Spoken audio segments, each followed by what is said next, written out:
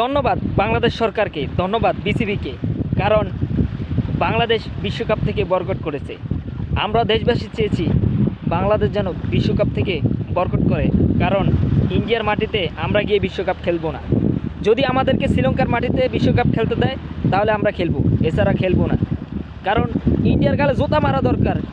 শালার পুতেরা, তারা ICC councillor না, এখন হয়েছে গিয়ে ইন্ডিয়ান অ্যাসোসিয়েশন কাউন্সিলর হয়ে গেছে। তারা সব দিক দিয়ে দাদাগিরি করতে চাচ্ছে। কিন্তু এবার আমরা বাংলাদেশ মাথা উঁচু করে দাঁড়িয়ে রেখেছি। আমরা চাই যদি আমরা পরবর্তী বিশ্বকাপে অংশগ্রহণ নিতে হলে 21টা দলের সাথে লড়াই করে এসে যদি খেলতে হয় তাও করব, কিন্তু আমরা কখনো মাথা নাড়াবো না। এটাই আমাদের বাংলাদেশ। আমরা বাঘের মতো গর্জন করব। আর আমরা আরও জানছি, যদি আইসিসি কোনো রকম বাংলাদেশকে চাপ সৃষ্টি করে তাহলে করুক, আমরা এই চাপে কোনো তোয়াক্কা করব না। আমরা অবশ্যই বাংলাদেশ বিশ্বকাপ থেকে বয়কট করছি।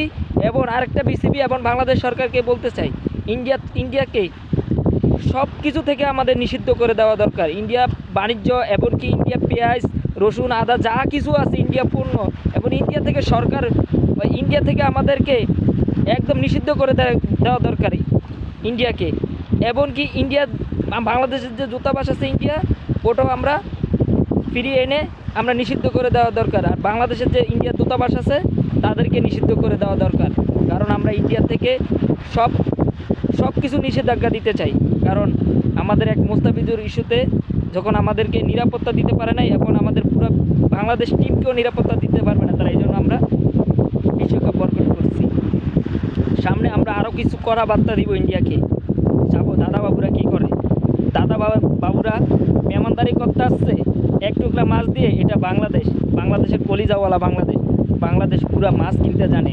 ওই আপনাদের মতো দাদাবাবুদের মতো এক টুকরা মাছ কিনে না, বুঝছেন দাদাবাবুরা? আপনারা প্রস্তুত থাকেন।